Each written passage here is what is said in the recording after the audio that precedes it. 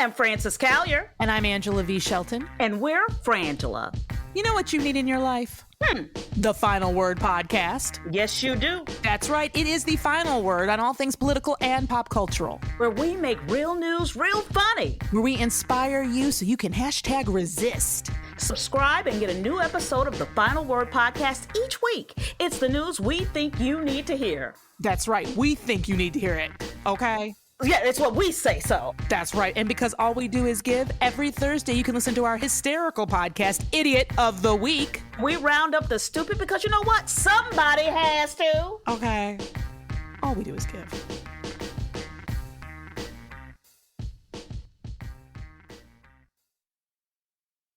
MSW Media.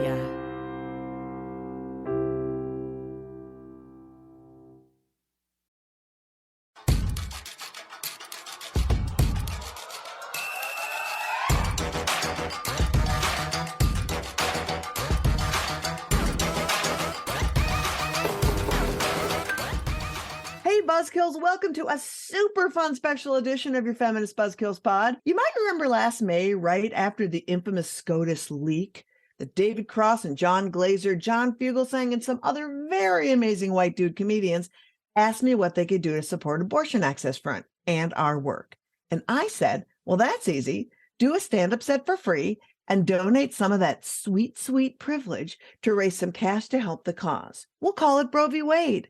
It was funny, smart, and we raised some serious cash. But the most meaningful part of the night was after the show, they each sat down with me to talk about why they showed up for abortion rights, and we turned those conversations into a podcast. It was so hilarious and quite frankly so moving that we decided to do it again, this time in Los Angeles. We'll put all their social handles and ways to connect in our show notes. So after a listen, you can give them a follow and tell them how much you appreciate their support. Well, let's get to it. It's Roe v. Wade Part 2, Electric Boogaloo.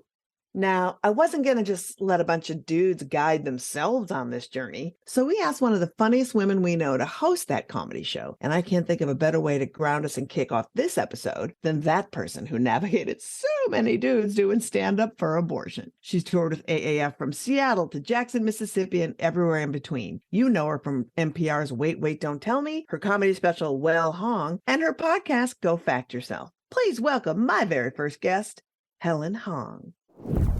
Helen Hong. Totes a borscht. Totes a borscht, baby. So you are like OG with us doing this from the very early stages when we started the organization. I love it. You have been out with us, out on the road in Mississippi, Indiana, like so eye-opening. So eye-opening. I even think I asked you once very early on when I was a little bit less educated. I was like, Liz, why are we going to these shithole states? Right. And you were like, those are the states that we need to hit because they are the ones that, you know, the abortion clinics in Mississippi, like, goddamn, those are the ones that need the most support.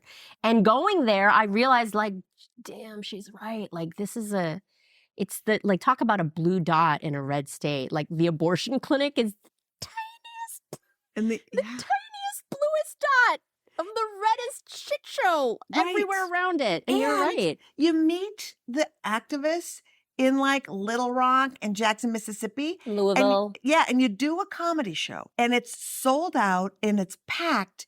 And I just feel like rewarding the people who are doing the work, who are simply trying to, if they can't change the way their garbage government works, they're simply saying, we're not going to let that be the only voice that comes out of our state. I love it. And it is true. Like, we would go to these places, these clubs in Louisville. I remember Louisville because, like, I feel like Louisville, it was like literally a month later, they elected some horror show governor. Remember that? Oh, yeah. And I was like, because I was like, Louisville's really cool. Look at all these people, and the show sold out and it's packed, and all these progressives. And then a month later, it was like the shoe dropped. The other shoe dropped of like the worst governor that just tried to do all the disgusting things. Yeah. And I remember being like, those poor people, those poor, really cool people that we met in Louisville have to deal with this shit show. Yeah. And the reason I wanted you to host Roe v. Wade was, you know, we're doing this comedy show. We did it in New York. We do it here, where we have a bunch of white dudes who have a bunch of privilege. It's like they approach and they're like, what can we do to help? And I was like, take some of that sweet, sweet privilege, stand on stage, Yes. and raise some money for us. Amen. And so one of the reasons I was so excited to have you host is that you have witnessed what white dudes from the other side do outside of clinics. And we never have men in our sphere Yeah. standing up for righteousness. Yeah. But what we see constantly is the white dudes outside of clinics and our shows even. Talk a little bit about that experience, because I think that was your first experience seeing all those people. It was shocking to me. It was so shocking. It's kind of disconnected when you see these things. You know, I've watched like the abortion documentaries and I've seen the protesters with holding the pictures of the fetuses on the street and yelling like baby killers and things. But you don't realize like that is like for these abortion clinics in these places, that's real day to day. People show up daily from these Bible groups. They get trucked in from other states. They drive in from rural places. Like, who knows where they come from, these trolls. But they come, and some come every day holding these giant Xerox. Like, who is your Xerox provider? Because, like, the resolution is amazing. Like, these giant poster board signs of fetuses being like, you're killing babies. And it's just so disturbing to see. And then some of them are so blasé because they're out there all day and they're just, like, playing, like, Tetris on their phone while holding up a sign that says murdering whore, die in a fire. Yep. Yeah. Hell is waiting for you, all that stuff. And they're just like bored playing like video games on their phone and like scrolling TikTok or whatever while being like, totally not just committed. raising their head every once in a while, being like, murderer, whore, slut, what hell is waiting for you? It's ridiculous. But yeah, it was really eye-opening and really scary. And it's true because, you know, I've only ever lived in progressive places. I grew up in New York City and I moved to LA. So I'm very familiar of, you know, cis white dudes who are like, yeah, I'm totally progressive and I'm totally all for abortion. But like, they don't really put their money where their mouth is. Right. You know, they're not as soon as you say like, I'm part of an abortion rights organization or I'm doing an abortion rights show, it's automatically like, oh, that's a woman thing. Yeah. It's a woman issue. It's a female. Oh, you girls go and yeah, we support you in theory. Like we support you verbally, but like, yeah, you go do that and I'm going to go do my bro shit. But what I love is too, it's we support you. Or they'll say things like, gosh, you guys are really having a hard time. It's like, I didn't get pregnant from my vibrator, by the way. And like, and that's the whole thing. It's like, I think we've done a disservice when saying, just shutting men out, which rightly so, when they were controlling everything, you're like, okay, you gotta just shut up. Right. But as we evolve, this is not a fight we can win together. And it's sort of like, you know, white folks need to fix racism because we fucking started it. It's the same with men jumping in and being like, if men are trying to control everything that happens to your own bodily autonomy, like that's on me to call men out. Right. Yeah. And I was telling you when we booked Ben Gleib on the show, and I was telling you that Ben had done this great Charlie Kirk debate about abortion, that what I loved about Ben doing that is that a lot of times these right-wing men, as soon as they hear a woman talking, they just fucking, you know, shrill bitch. You know, they tune out and they just go, ugh, this fucking whore just yapping her head. But there's more gravitas to them when it's a man, especially a white man who looks like them, who is privileged like them, who really doesn't, you know, historically have a dog in the fight, quote unquote, even though you do have a dog in the fight, but it hasn't been, quote unquote, their fight.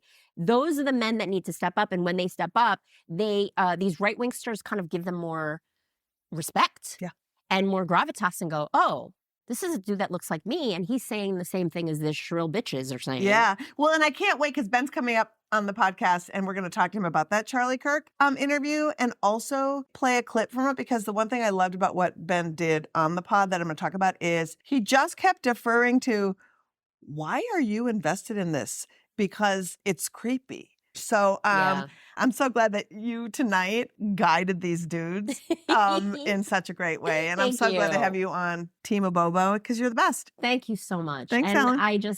And I have to say quickly, I'm raising a child right now, as you know, kind of unplanned and unwanted. I'm co-raising my sister's sperm donor baby. And raising a child has made me more pro-abortion than ever before. Yes. Because I'm in the fucking trenches right now raising a kid. And I'm like, oh, this sucks. Everything, like, no matter how hard they tell you it is, It's harder. Yes. It's 10 times harder. So let me just say, if you're on the fence of having a baby, get off the fence. Abort. Literally abort, abort, abort. Don't do it. It will not do the world a service. You're not doing the child a service. You're not doing yourself a service. Nobody is being serviced by you having a baby that you don't really want. Trust. I feel like that's fair. Helen Hong, dropping the knowledge. Trust. Trust. But verify? Don't support. Helen Hong, thank you. Thank you, Helen, for being the best. Now let's get to our dudes. Coming up is host of the game show Idiot Test on Netflix and the Game Show Network, and one of the lead anchors of the Young Turks. And you can check out his new comedy special, The Mad King, on YouTube via Helium Comedy Studios. Please welcome Mr. Ben Gleib.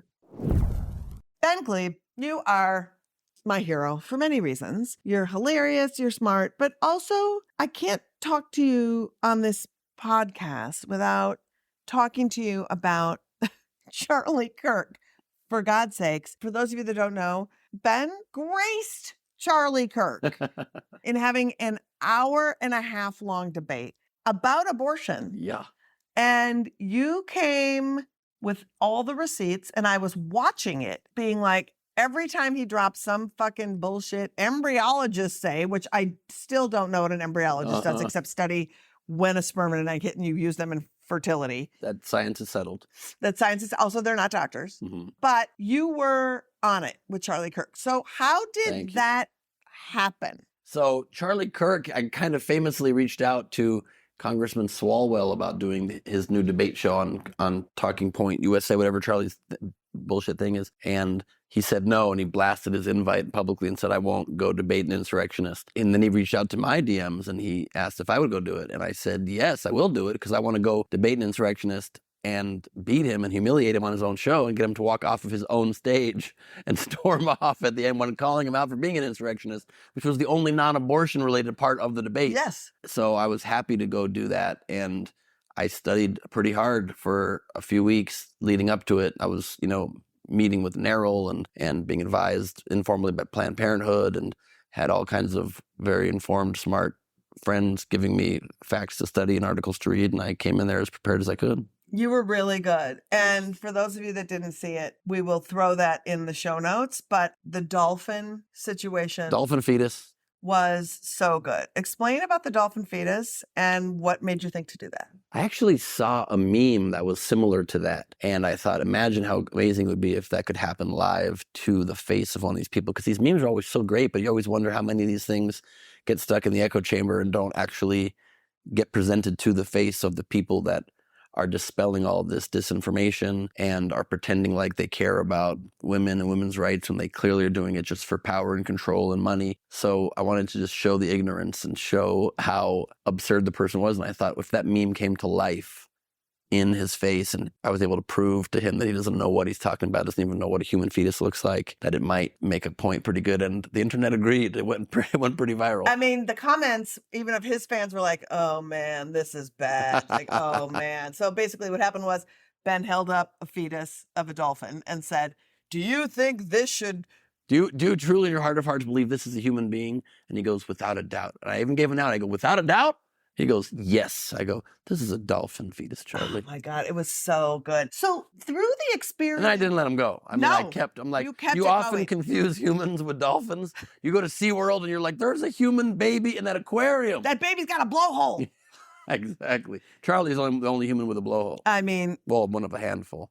He also just looks like a guitar pick. Every time I look at him, his head is like... Or a thumb, kind of like a thumb. Yeah, he's a mess. But so I'm sure you... thought about abortion before this and were pro-choice and cared. But after studying and seeing and doing, did it solidify like even more so where you were? Did you expand? Like, I need to do more now that I'm actually seeing the kind of arguments that fuckers like this bring to the abortion debate? Absolutely. I mean, I'd seen the arguments for some time, but just learning all of the facts and learning the statistics and learning how people that are, forced to have children that they do not want to have, how their lives often spiral in very negative ways they cannot handle, they're not ready to handle. It just made more crystal clear than it already was, just how it's just an obvious human rights issue, and it's insane for anybody to try to control someone else's body. I've always been an advocate for people who are trying to be marginalized by the forces that be, and I've always tried to help bring a voice to those causes. And this is one that I knew by doing the debate too, I would be somebody that would be called upon to talk about abortion and that kind of thing a lot more often, and I'm so happy to do it. Well, and we've talked with, with Helen and just the fact that, and I just can't stop bringing it up on this podcast, but the fact that the anti-abortion movement has so many fucking men who stand there and say shit, and our movement does not have, voices. And the one thing that I really loved in you debating this is one of the things that the anti-abortion movement does a lot is they co-opt the oppression of other movements, whether it's the movement for Black lives, and they use like abolition, like they call themselves abolitionists. Uh-huh. And throughout the course of your debate with Charlie Kirk, he kept bringing up the Holocaust. And you being somebody who is a survivor of people who died in the Holocaust, like, I'm not going to say how does that make you feel, because obviously it's awful, but talk to me a little bit about just hearing somebody using the mass slaughter of innocent people as a metaphor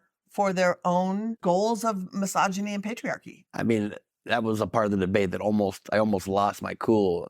I even said to him at some point, I'm like, you keep saying that, you're going to have an issue with me here. It's insane. It's such a bad faith argument, and it's so disingenuous. And the way he phrased it's always try to push buttons. He even said, he goes, as someone who claims to care about the Holocaust, he said, who claims to care about the mass slaughter of my family and untold millions others, is just so insane. And time again in that debate, I proved to him again how he doesn't even believe that a fetus, that an unborn child is a human being, is a full human being worthy of rights, that it's a life, that life begins at conception. It does not mean that. Time and time again, I just cornered him over and over and over again. And for him to still say it's the same as the slaughter of your ancestors, it's maddening, but to some degree, it's only okay because it just illustrates the lack of humanity and lack of compassion further of monsters like that. I mean, it takes every bit of restraint in me to not, when I reply to his tweets that are constantly trying to divide and constantly trying to stir up hate and misogyny, to not just call him names. And I try really hard to stay with more clever arguments so that I can remain engaging with these people, because I've done it before where I've lost my cool and then they block me and then I don't get to continue making progress to some degree to some of their followers. Like one of my favorite parts in the debate was just when he was saying that abortion is very unhealthy and science has proven. I said, science hasn't proven that. And in fact, you can get safe at-home abortions, plancpills.org. If any of you watching right now, and I spoke directly to his audience, you can go to that website and you can get a safe abortion. No one needs to know. And if your family's trying to not let you, or your church or your lawmakers are not letting you express your full human rights, you can still do it anyway. So people wonder, like, do these debates make any difference? And I think there are certainly some people that saw that and said, oh, I'm writing that website down. That's exactly. And I think that's really the point, is people can debate all that all day. The amount of people that we know who are outside of those clinics protesting, who go in for services. Yeah, exactly right. The amount of people who literally can't have another kid. And they'll even go in there and scream at the people like, how dare you let me do this? And it's like, while they're performing an abortion on them, and they're back on the picket line the next day. Yeah. And the person doing the abortions will say, if you don't want me to do this abortion, we will stop right now. I will not. You need to say to me, I give you permission. It's full hypocrisy living, Liz. Hypocrisy living. I know. They love it. It's the way they breathe. It's the way. Well, and also, what do they do now? I mean, I really don't know. But the truth be told in all of this, and thank you so much for like really taking that on and doing that. Of course. Every time that you grant more rights to a fetus, it is at the expense of the woman and the person. It is at the expense of their rights. And so thank you for doing this benefit for us tonight. And thank you for like coming on the podcast and for going. I'm not fucking debating Charlie Kirk.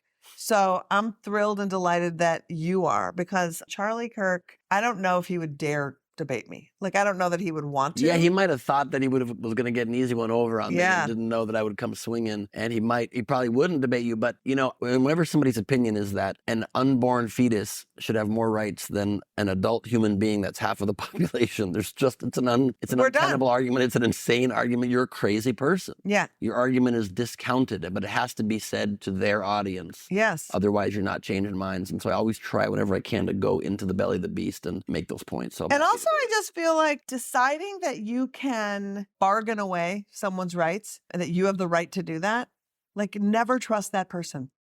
Never trust that person. So thanks for exposing Charlie Kirk and being awesome and doing the show. And I can't wait to get you out on the road with Abortion Access Front. I would love that so much. It's Thank an you, honor to Ben. be with you. I've loved you for a long time. So, Oh my God, you're the best. I'm so excited. It was so great to see you. Mwah. mwah.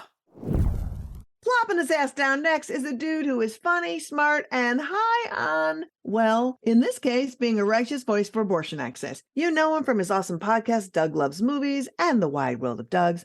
I'm so happy to be hanging with the one and only Doug Benson. Well, Doug, I'm so thrilled that you said yes. And I have to say that you said yes, like, immediately. Like, I just wrote you on Twitter and you were like, yes, I will.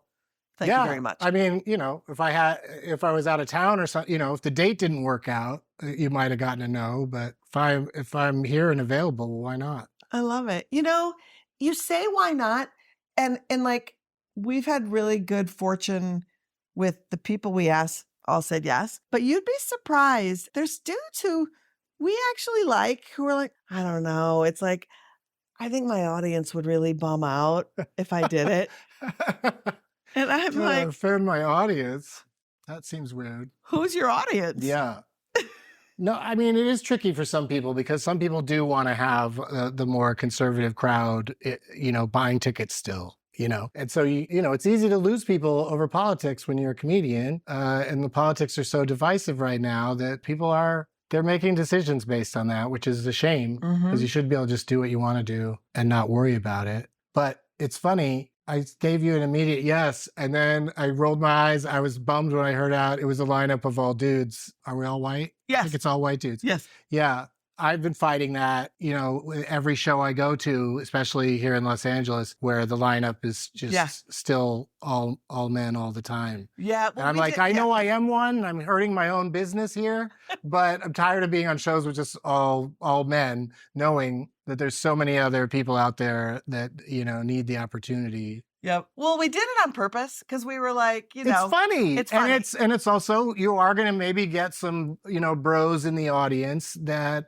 might not have come to a show that was more like humanity as we understand it these days. Like what? I just don't get why anyone would avoid a show with women and minorities and people from the LGBTQ community. I don't get it. Well, it's always been the weird struggle of comedy, right? Where it's like, if they have all women or all queer people on a show, it's like the all this show, right? Right. They have to give it a fun name. And yeah. And it's like an experience. And I mean, I used to have club owners just straight up say like, are men going to like it? And it's like, I've listened to male experiences for years and had a really good time laughing. Why do we not think that men cannot hear an experience that is not theirs and laugh because it's been presented in a way that is funny? Yeah, absolutely. So that's why every dude will go, oh, well, she's funny. They'll pick somebody and make that their mascot for that's the one I like. Yeah, exactly. And it's like, well, listen to some more. If you broaden your horizons, you'd be surprised. That's right. When it started, I don't know how many years ago now, RuPaul's Drag Race is not something I would watch. And now I look forward to it every week. Yeah. You know what I mean? Just try stuff and see what happens. See what pleasure you can get from something that you thought might not be for you. Yeah.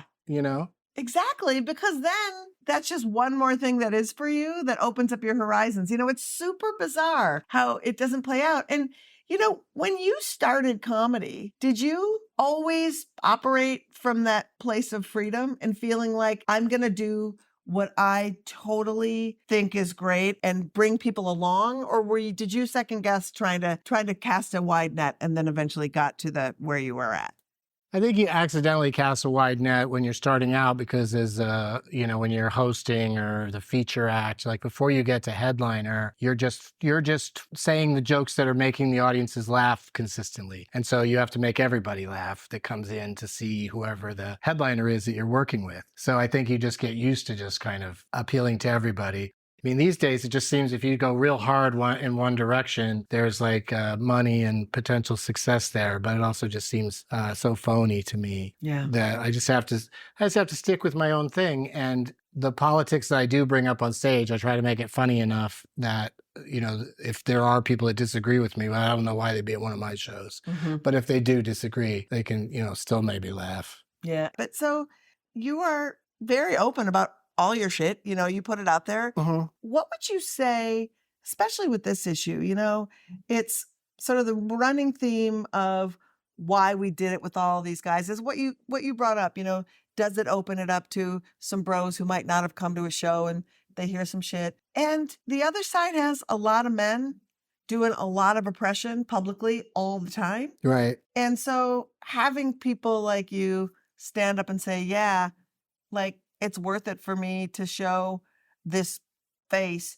What would you say to somebody who's thinking about it but might be a little scared? Like what would you give people a pep talk? Like step up. Just stand up for abortion rights, Well, yeah, it's so easy to, step up without having to, necessarily stick your full neck out, like just in the smallest ways, or just start being more supportive, like a tweet, retweet something, give it a try, see what happens, see what kind of feedback you get from people. Because I just think a lot of people, the idea of being against abortion just comes from a place of being told to be against abortion. And they just need to hear more people saying that it's what women should be allowed to do. It's their decision, so I might be too high for this question. No. You're not too high for questions. I feel like you thrive when you're high at questions. Well, it helps me for sure. I mean, I enjoy talking to you. The subject isn't a fun subject, but I do take pause that, it is weird to be high and discussing these things. Like, some people would dismiss what I have to say because, that guy's just high right now. But I'm not that high. You have quite a lot of clarity. So, but I also love to everybody who's talked tonight, has been hilarious on stage, and then just really had a conversation about the humanity of women and of people and what it means. And I appreciate all y'all who are so hilarious, sitting down and being super real about it. And I just appreciate you and all you do. And high or not, you always make sense to me, my friend. Well, thank you. Because you come from the heart always. Well, thank you for doing this and for having me participate. Thanks for saying yes right away. I was confused by the question. She tricked me. Up next, a comic who is so hilarious and equally touching as he tells me why he shows up for reproductive freedom. His must-watch comedy special, Perfectly Stupid, is now streaming on YouTube. And if you want to catch up on some of the weirdest news out there, you got to check out his Bananas podcast. I'm talking, of course, about Kurt Braunohler. Kurt. Hi. Hi. I love that you did the show tonight. Oh, it's so much fun. And I love that there hasn't been a single guy that I've asked that didn't say yes in 5 seconds, which made me feel very warm and excited that it was like, yeah, I got no problem. But were you raised in a family of people who talked about abortion openly, liberal? Oh, no. I was raised Catholic. Yeah. So Same. we had the whole thing of in religion class of shown the pictures of the buckets that this is happening at abortion clinics, which is all bullshit. I love that they think that there's dumpsters full of fetuses. Any clinic could remain open if there was dumpsters full of medical waste. Also, it just doesn't seem like a very efficient way to do it, to put them into buckets and dumpsters. I know. Yeah, no one ever walked through that. They tell their wild tales. Yeah. And there was a politician in Ohio who told the story with tears and said somebody came to her with a fetus in a shoebox because their dog found it in a dumpster and carried it to them. And I'm like, dogs eat everything. No dog is preserving a fetus in its mouth and then bringing it to their owner. And then the owner's like, what we're going to do? Put it in a shoebox and bring it to our local politician? That just seems like not real. It is so insane that I've been thinking about it a lot. But I do feel like at this point, Republicans are they're only interested in power, it seems. And that is the thing that keeps getting at me about this issue. Yeah. Where it does seem to be only about power over women's bodies. And just really a throwback to segregating as a lesser class of person, that we can decide about what a woman does with her body. And that is like the reason that it is like, it's so crazy about it. Yeah. You know? That it's not actually about the things that I was told as a child, that those were the reasons we're like, oh no, we have to preserve life. It's like, well, you don't give a shit about the life after it's born. Yeah. And you can tell because we cut social programs. We have nothing we don't honor pregnancy outcomes. Yeah. Also, like as a country, we are one of the lowest on the developed countries for like actual outcomes for pregnancy. Right. Like when people actually want to get pregnant. And so the fact that that is, you know, that no one gives a shit about that. It's just like, let's make sure that abortion's illegal. Yeah. And also just the wild lack of what that even really means. Yeah. As we've seen with Roe being overturned, how doctors are afraid to like intervene because they're unclear if the laws say it's okay. Well, they lose their license while they go to jail and people are dying. And it's so bizarre. And does your Catholic family, after seeing the ramifications of what happened, does your Catholic family feel like, yeah, maybe this is not compassionate? Yes. Yeah. Cool. And so, I mean, most everyone's dead, but the dead ones. The one that's still alive has actually, she went to, you know, church, I mean, every single week and now has like kind of left the church. Yeah. I mean, seems to be some hypocrisy there. Yeah. I mean, the Catholic Church they're not doing well. They don't seem to. They're not doing well. They're not on the right side of really looking at I don't know. I mean, show me a young priest. Show me a young priest. Yeah. Show me a young nun. Yeah. I've never seen one. I know. I don't even know if do they still make them? That's the question. I have no idea. That's a really good point. Do you think 10 years ago, you would have said yes to do this show? Oh, yeah.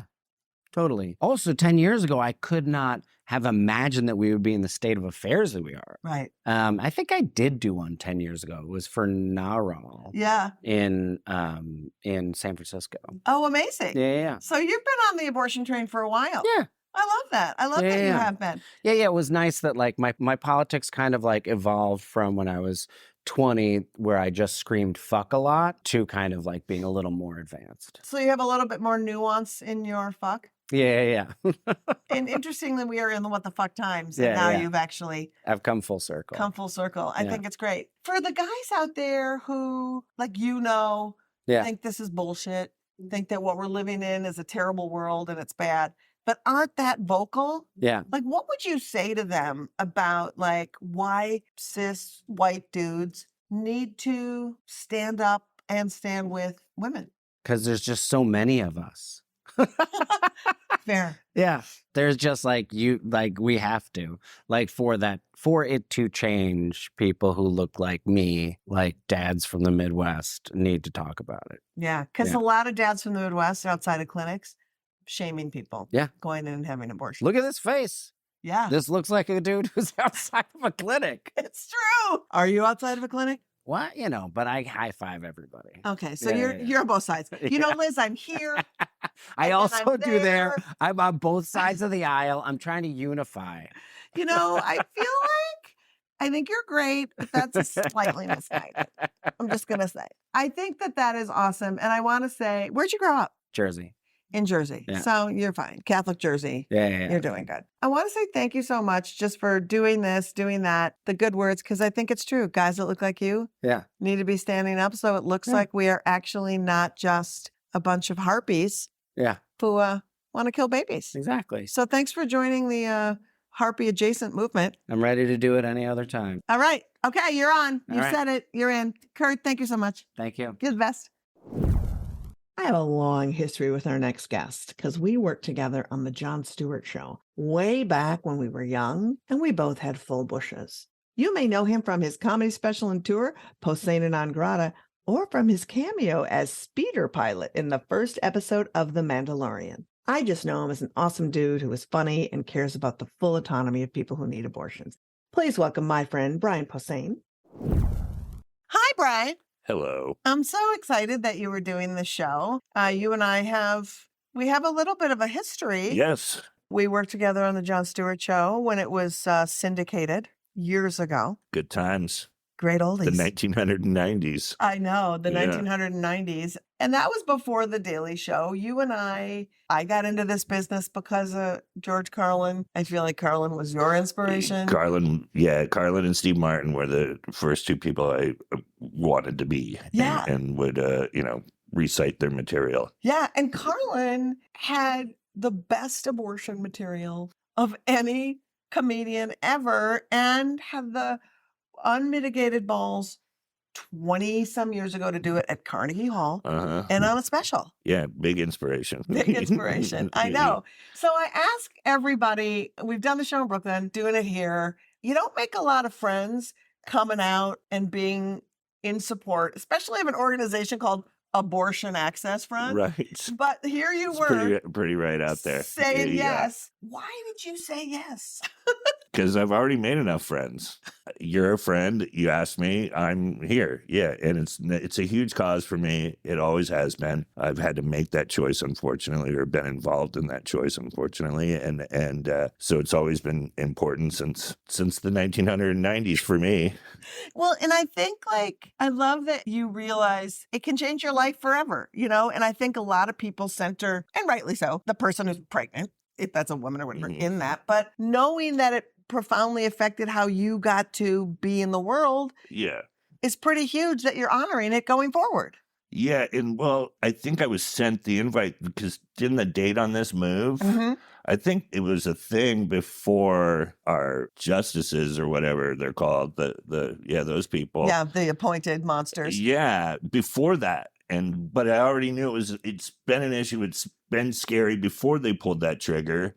And I've always felt like it's so precarious, especially in the last 6 years. When Dilda was Biff from Back to the Future 2 was our president. The whole time when he got in, I was like, oh, fuck, we're fucked. They're going to take that away from people. And of course. Here it is. Yeah. And here we are. Are you out there with your politics in general? On stage? Yeah. I've taken some hits in the last couple of years. Yeah, I always have been. And when I was young, I tried to stay away from religion and politics. And, and I even did a joke about religion in the beginning, how hard it was to pick a side and with the audience. And so I was like, what if we're all wrong? I always tried to reconfigure a joke, you know what I mean? Or a concept or kind of at least spin it. And, so this is a way of no one gets hurt. Like, how can I do that? And so yes is the answer. Yes, I've always tried to, because it's how I feel. And my act is really always been a reflection of who I am. So I talk about the shit that matters to me. And when something I fucking hated that president more than I'd ever hated another human being. Yeah. And so I found myself talking about him when I didn't really do any Bush jokes. I never, I cared and I would vote and I would do, but I didn't really have any bits about him because I didn't find that time funny. I did them for you. Yeah. I carried the water for and my little friend Patton Oswalt had 1 million of them. I was like, how am I going to beat him? Right. So I know. But then Biff, Yeah, I know. It just feels different. We had this sort of buildup, and then we had Trump, and then we had COVID, and then we're performers. And so shit's happening. And then you can't go anywhere and talk about it except these weird Zoom shows. Yeah. How did you navigate being a person who talks about this shit and not being able to talk about it? I didn't. I smoked more weed and got fatter. I was depressed. I didn't know what to do. I did a couple of Zoom shows and they were fun enough, but it was really weird. So the second I heard I could go stand up in front of people again, even though it was outside and they were wearing, garbage bags like we were at a Gallagher show and, everybody was bagged up and it was super safe. That was my first time, but I was dying for it. So I went, yes.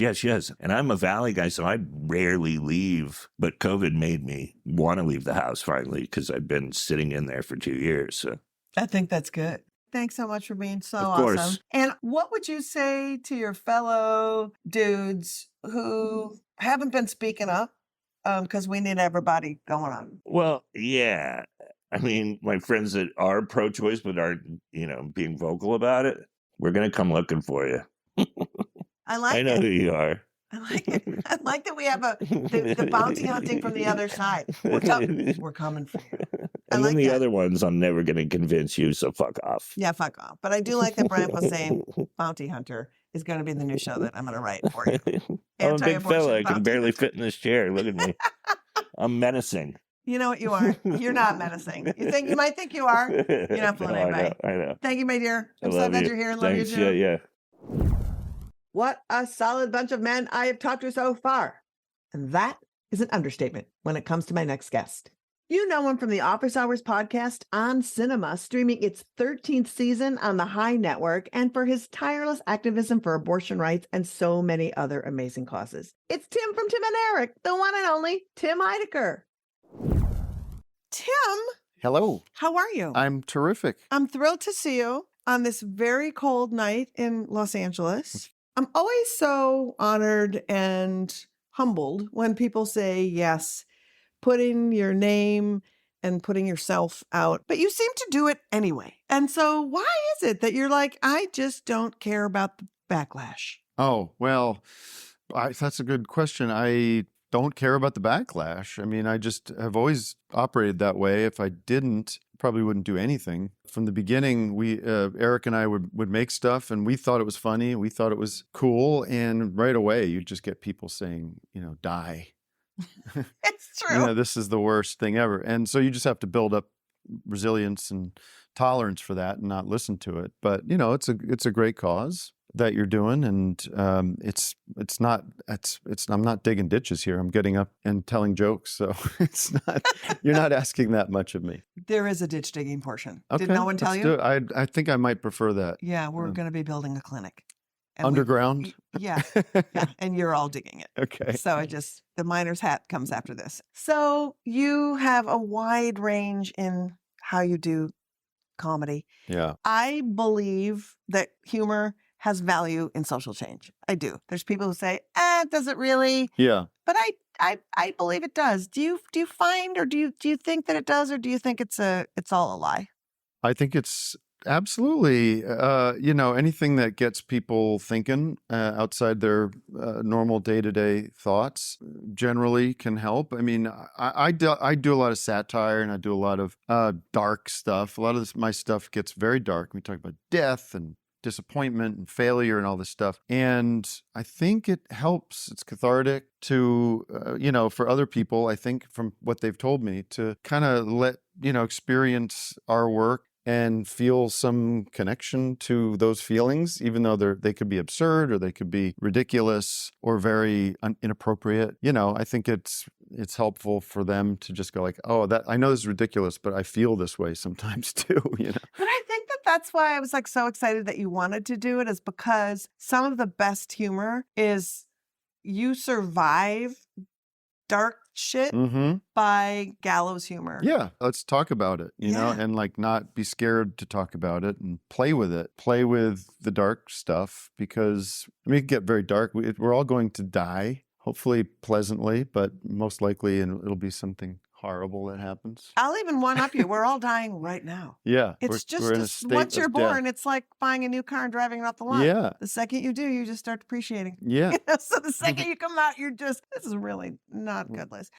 So you get asked to do a lot of stuff, a lot of these things, I know. And there's a whole group of really cool dudes who are doing this show tonight. I was talking to Helen earlier about the massive presence of men in the anti-abortion movement who are visible spokespeople, just taking charge. And the good news is that there is men who support reproductive rights, often understand it's not their place to be front and center, but there's still a lack of guys out there with us. Sure. So why do you suppose men don't feel like it's their issue? Because men are selfish and small-minded. Most mostly, probably. Okay. I mean, I'll take that. I'm And not going they're to. not getting pregnant directly. So, but no, there's probably, that's a broad generalization. It's not fair. But yeah, I don't know. I guess it's an uncomfortable subject. And, men talking about women's reproductive rights, it can be uncomfortable for me.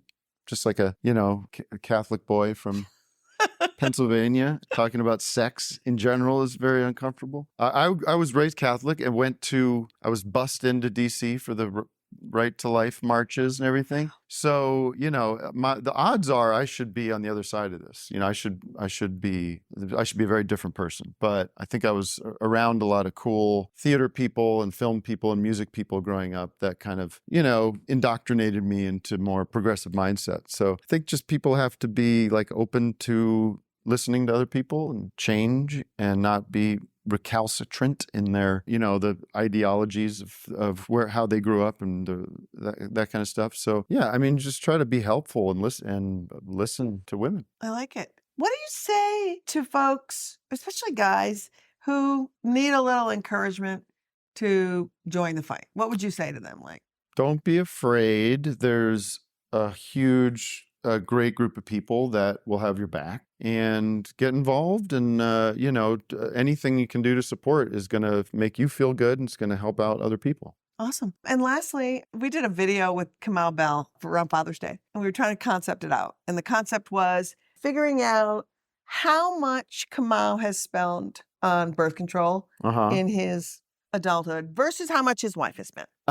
Yeah. So they did some math. Yeah.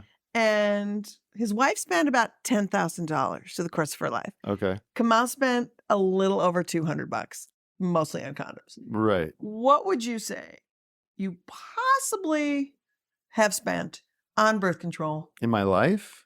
in the span of your life? Yeah.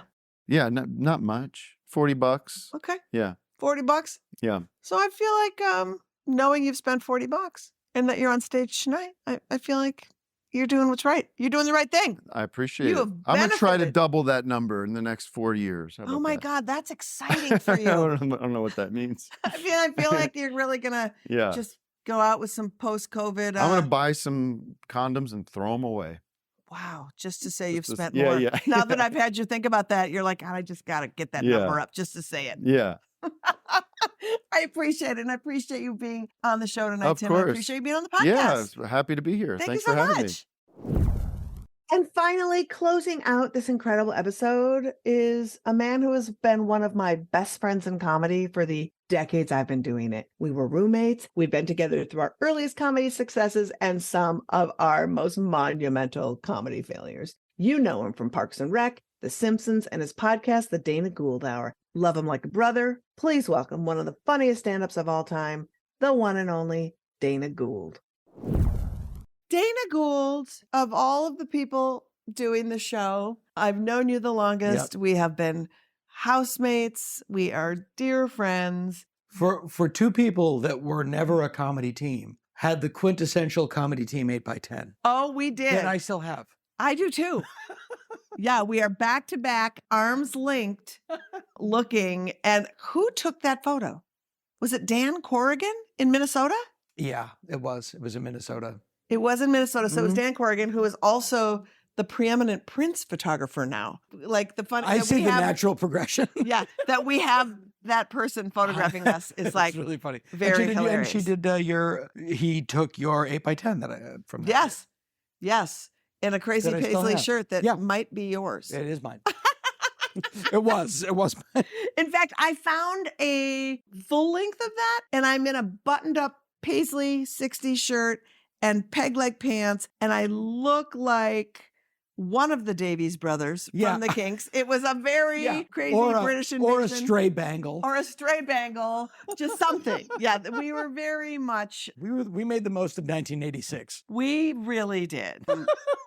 And, going through a lot of shit together. And so Mhm. having you on the show is very special to me. And I also know that you're somebody who doesn't shy away from talking about shit, never have. And I've asked a couple of the guys who've been on the show, where do you get the self-assurance to not give a fuck on stage, knowing that you're going to say provocative stuff? Well, it's the cynical answer would be it's just arrogance. As you know, like most comedians, it's a beautiful mixture of arrogance, narcissism, and self-loathing. So, it's like we're the piece of shit the sun revolves around.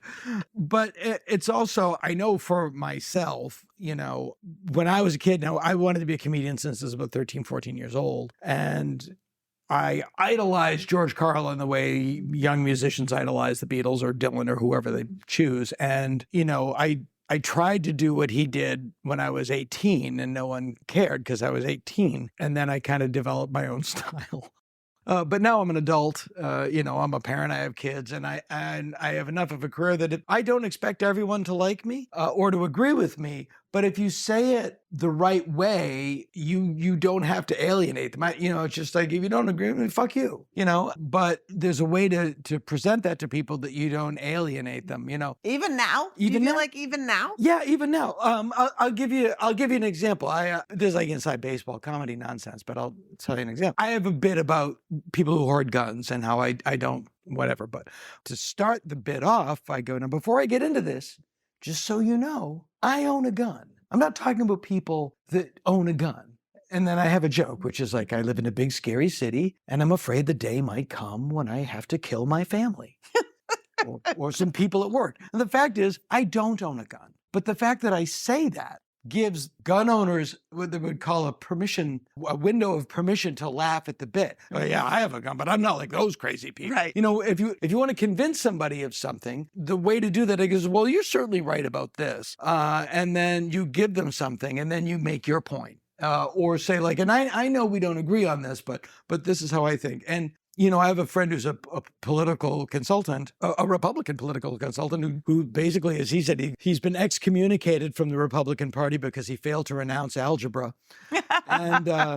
And he has all the right. He has a different sense of corporate tax incentives than I do, but he's on the right side of social issues. And he said, in this country, we've gone from I'm right, you're wrong to I'm right, you're evil. And you can't convince anybody. If you just think they're evil, then you just shut down and you're not going to convince them of anything. Just as a comedian, I don't have a lot of interest in just preaching to the choir. I mean, you want to bring somebody in, even I'll never change anyone's mind, but allow them like, no, I have all those beliefs that you think make me Satan, but I don't think you're Satan. And I know that you disagree with me, and that's okay. And you never know what that will lead to. But unless you're just a vehement psychopath. Except when it comes to abortion. Well, that's one of the places that there is never, like taking your gun argument to say, I'm a parent, but I just want to tell you why abortion's great. It does not work, right? It does not lay out the same way. No, they don't. And that's the thing that is, because people incorrectly view it as murder. Mm-hmm.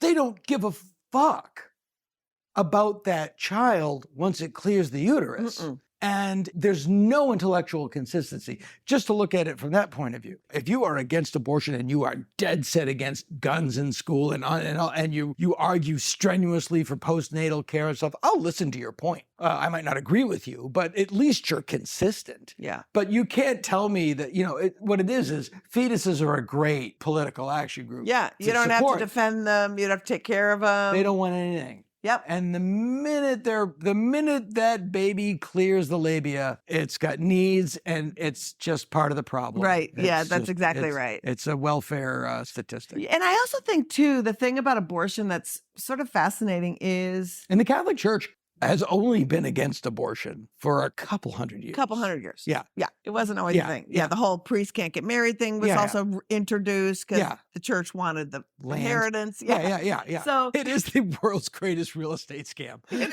is. It really, 100%. Yeah. But with abortion, it's like, the thing about abortion I think that's different than other issues is most folks who pay attention to politics do not know actually how all the inner workings are happening because the media pretty much ignores it. Yeah. Well, you told me stuff tonight I didn't know was going on. And I'm pretty... Yeah, and you're on top of it, right? And so it's like the interest of the preaching to the choir piece, which I agree with to a certain degree, but the choir, when it comes to abortion, they don't know the songs. Yeah. And so that part is a really fascinating thing. And I never know what the starting point is. And so I just appreciate when people actually care and they listen and they want to know, and being able to use humor in provocative ways. I asked Tim, I say it a lot and people echo it to me that, using humor is a good tool for social change. And sometimes I think it's true. And then sometimes I'm like, is it? Like, what do you think it is? No. Tell me why. I remember all those. How many brilliant jokes did Jon Stewart have about George W. Bush? Didn't slow him down.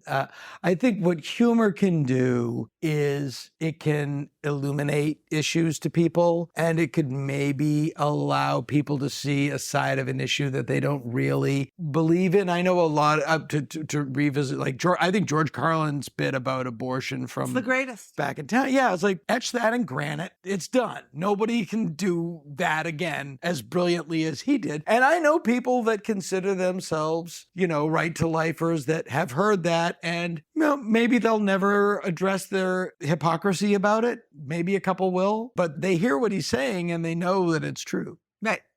Yeah. My brother, who is a diehard Catholic, and he is against abortion because he believes, and it's the 21st century, and he believes if he were somehow involved in an abortion, that when he died, he would have to go live in a cave full of fire because a guy with a pitchfork and a red jumpsuit. I mean, it's like, but that's in the back of his mind. Well, we were outside of a clinic in Alabama. This guy is like screaming at me about something. And I said, can I just ask you a few questions? Because you've just said, Right. all this shit to me. And I said, I know you staunchly believe that like sex is only for procreation. And so if your wife or you, it was found out that you couldn't conceive, does that mean that your marriage, you would stop having sex? And he said, no, because miracles happen every day. So I said, okay, if your wife had to have a hysterectomy because of cancer, would that mean you'd stop? And he said, no, because miracles happen. And I said, okay, if I can't fight with this person does Right. not have a uterus, Right. and you're saying miracles, Right. I can't fight with miracles. Yeah. Like, that's like, I can't argue with Gandalf. yeah, exactly. And you can't argue if you believe in cave fire and devil and pitchfork. It's It's a hard place to go. Yeah. I take issue with his logic. Actually, no. Miracles don't happen every day. Right. Actually, they don't. Actually, they don't. Yeah. And actually not to you, because here you are outside of an abortion clinic Right. in Montgomery, Alabama. It would be a miracle if you won the lottery and actually had a nice life. Nothing Right. good is happening for Yeah. you if this is where you Right. find yourself.